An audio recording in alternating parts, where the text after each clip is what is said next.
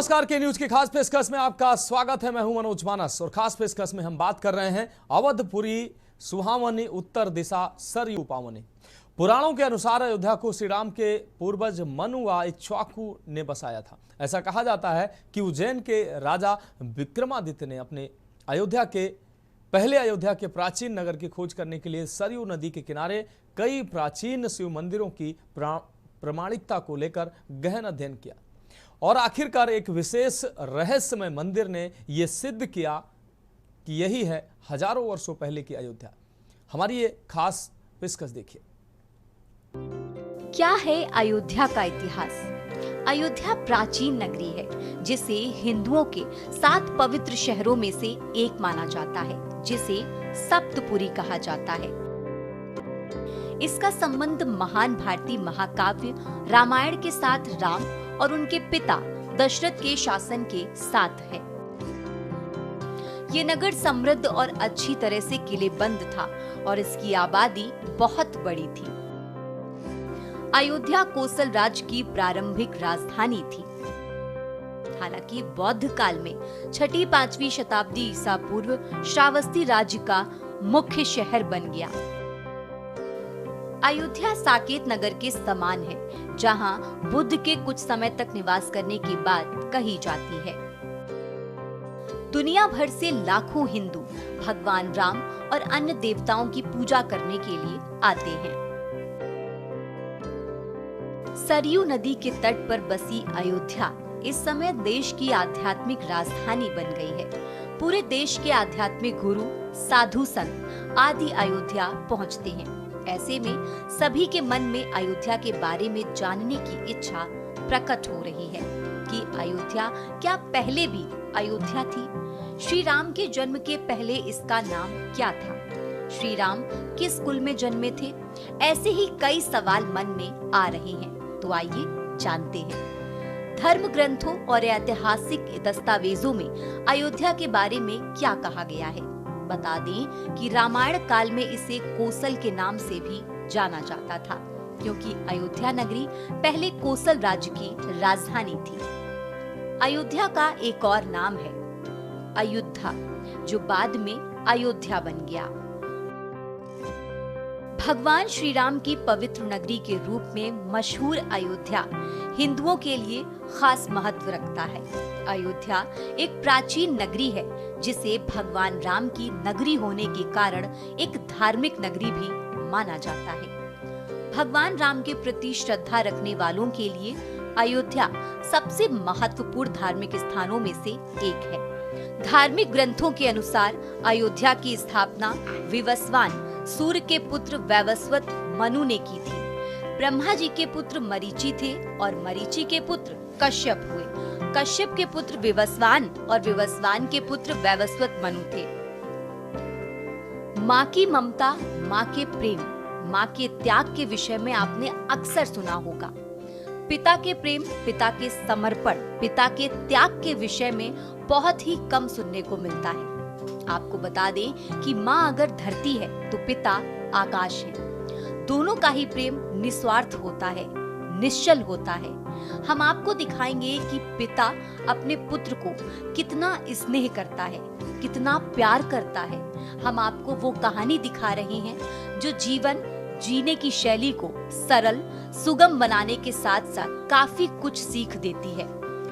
माँ के बारे में अक्सर लोगों को कहते सुनते हैं, लेकिन अगर पिता के बारे में जानना हो तो उसके लिए हमें गोस्वामी तुलसीदास जी द्वारा रचित श्री रामचरितमानस के प्रसंगों पर जाना होगा। बता दें कि वनवास के समय जब भगवान श्री राम 14 वर्षों के लिए वन को जाने लगते हैं, उसी समय पुत्र वियोग में माता कौशल्या, कैकेयी और सुमित्रा विलाप करने लगती हैं। वहीं राजा दशरथ अपने पुत्रों के इस वियोग को सहन नहीं कर पाते और उनकी मृत्यु हो जाती है। ऐसा होता है एक पिता का प्यार। चलिए हम आपको ले चलते हैं अयोध्या स्थित चक्रवर्ती सम्राट राजा दशरथ के समाधि स्थल पर, जो आज भी गवाह है पुत्र के स्नेह को समर्पित एक पिता के अस्तित्व को। यही कि एक पिता अपने पुत्रों को कितना प्रेम करता है, कितना स्नेह करता है। राजा दशरथ एक ऐसे राजा जिनके कुल की मर्यादा है। रघुकुल रीत सदा चली आई, प्राण जाए पर वचन न जाए। आपको बता दें कि सरयू के तट पर बसी रामनगरी अयोध्या से करीब 13 किलोमीटर दूर बिलवहरी घाट पर भगवान श्री राम के पिता चक्रवर्ती सम्राट राजा दशरथ की समाधि है। ये वही अयोध्या जो यहाँ आने वाले श्रद्धालुओं के लिए विशिष्ट है। यहाँ श्रद्धालु दर्शन पूजन के लिए पहुँचते हैं। वो राजा दशरथ की समाधि के दर्शन के लिए बिलवहरी घाट जरूर पहुँचते हैं। आपको बता दें कि राजा दशरथ की समाधि अयोध्या से इतना दूर होने के पीछे भी बड़ा कारण है। दशरथ समाधि स्थल मंदिर के महंत संदीप दास बताते हैं कि जहां पर महाराजा दशरथ की समाधि है, उस समय ये जगह सबसे पवित्र जगह थी। यहीं पर महाराज दशरथ का अंतिम संस्कार किया गया था। महाराज दशरथ की समाधि पर केवल 3 खूंटे की ही जमीन पवित्र पाई गई थी, जबकि चिता में 4 खूंटे लगाए जाते हैं।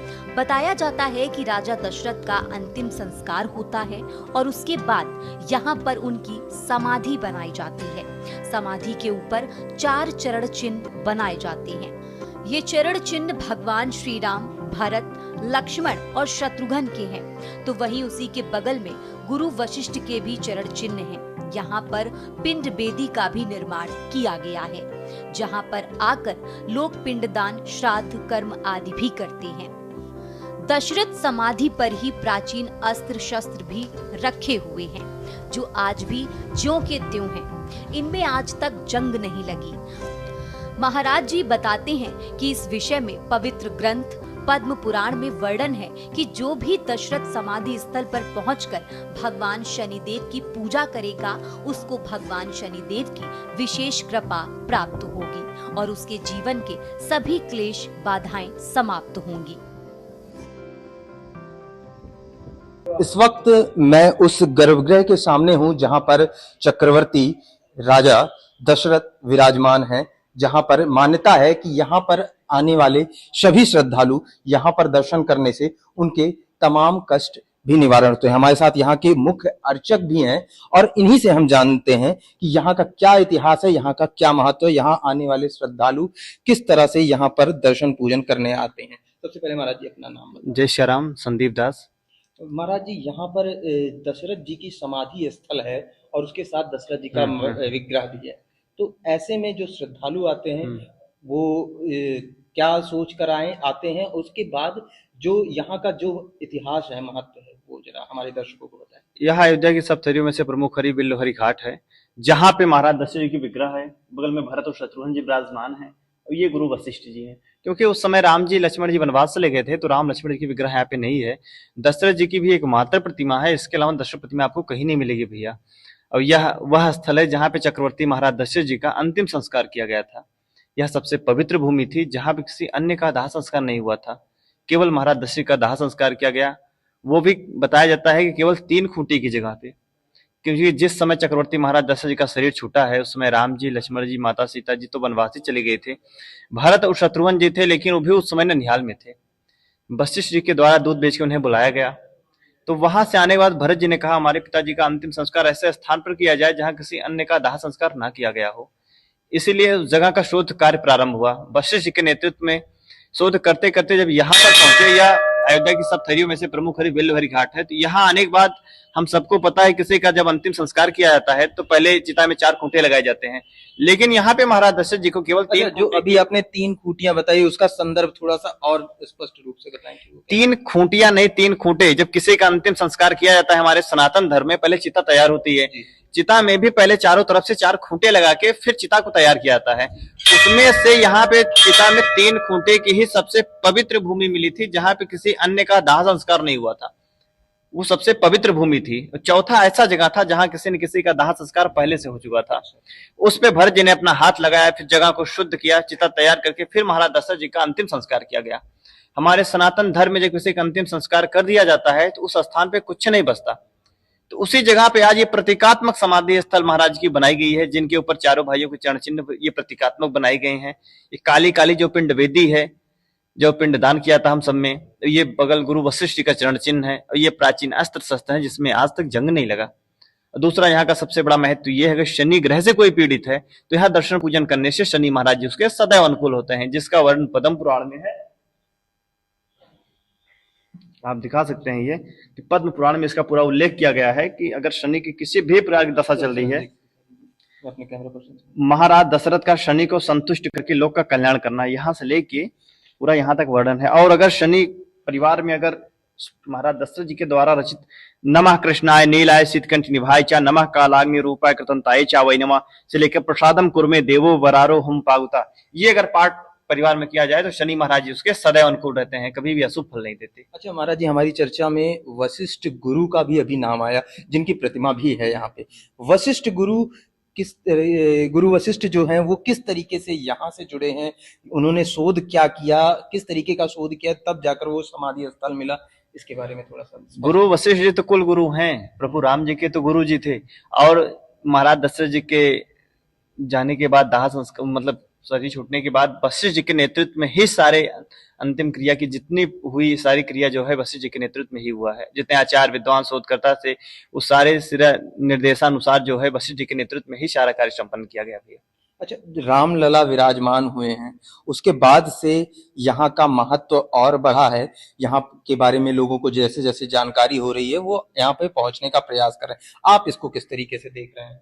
प्रभु राम जी के भव्य दिव्य मंदिर बनने के बाद तो काफी असर पड़ा हुआ है, लेकिन अभी भी जिस तरीके से होना चाहिए भैया उस जानकारी का अभाव है, प्रचार प्रसार का भी बहुत बड़ा कमी है। तो लेकिन ये प्रयासरत है, धीरे धीरे विकास कार्य हो रहा है, तो आने वाले समय पे प्रभु राम जी की कृपा से महाराज जी के आशीर्वाद से जो है स्थल पे जो है दिव्यता होगी।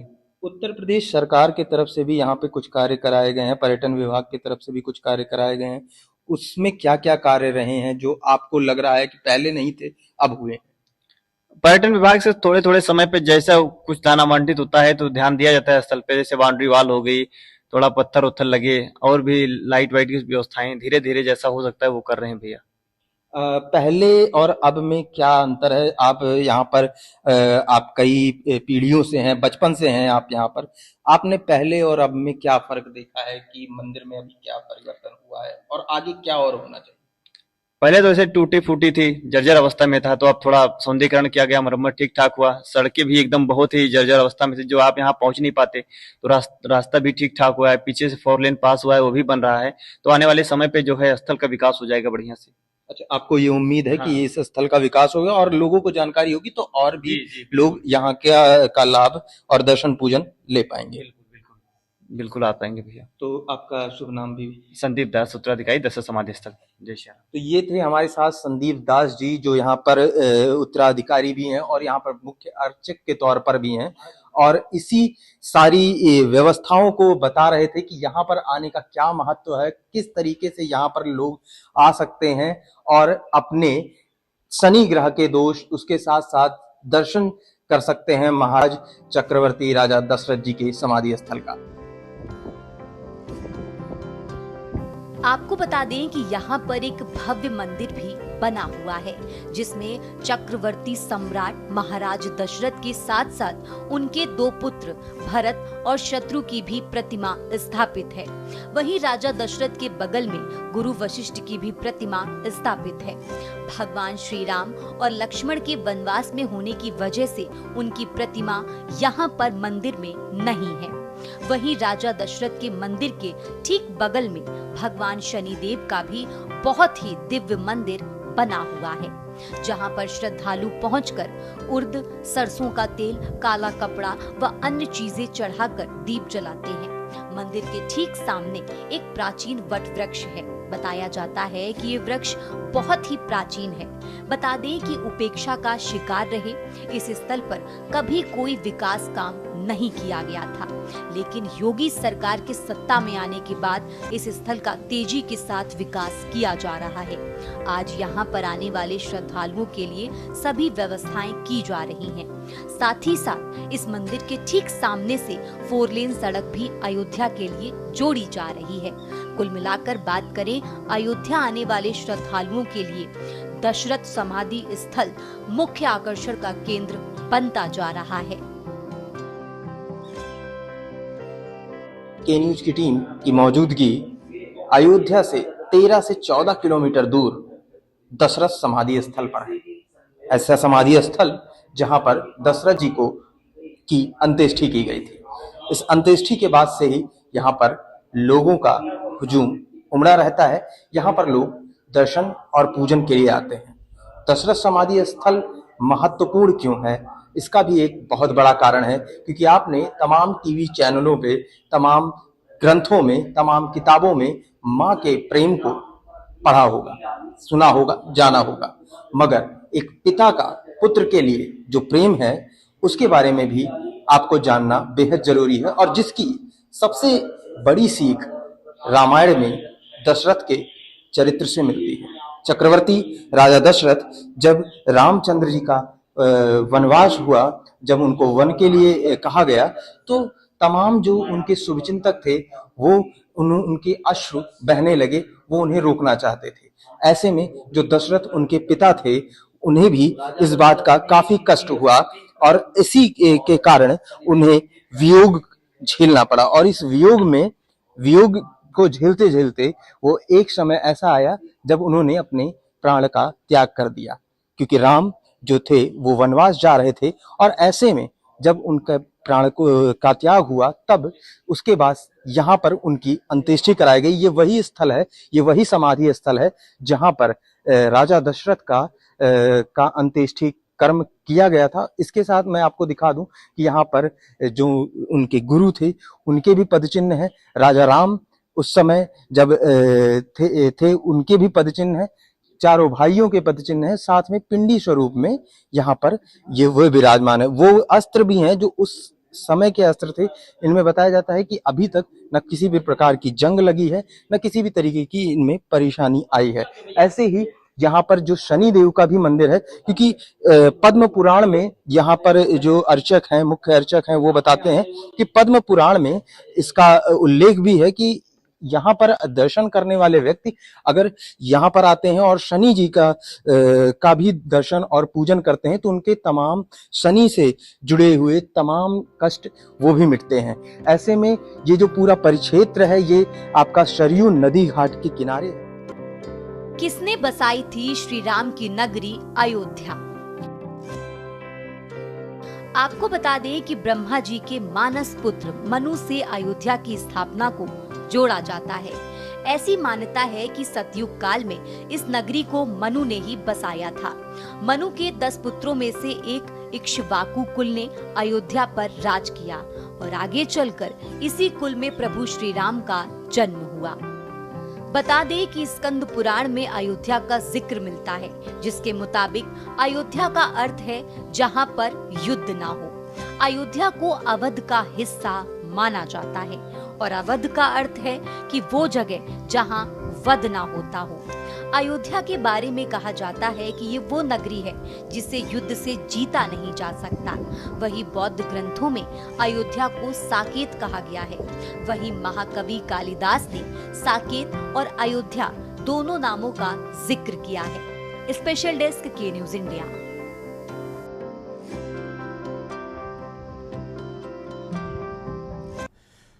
तो फिलहाल हमारी खास पेशकश में अभी के लिए मेरे साथ इतना ही। मुझे दीजिए इजाजत और आप देखते रहिए के न्यूज इंडिया।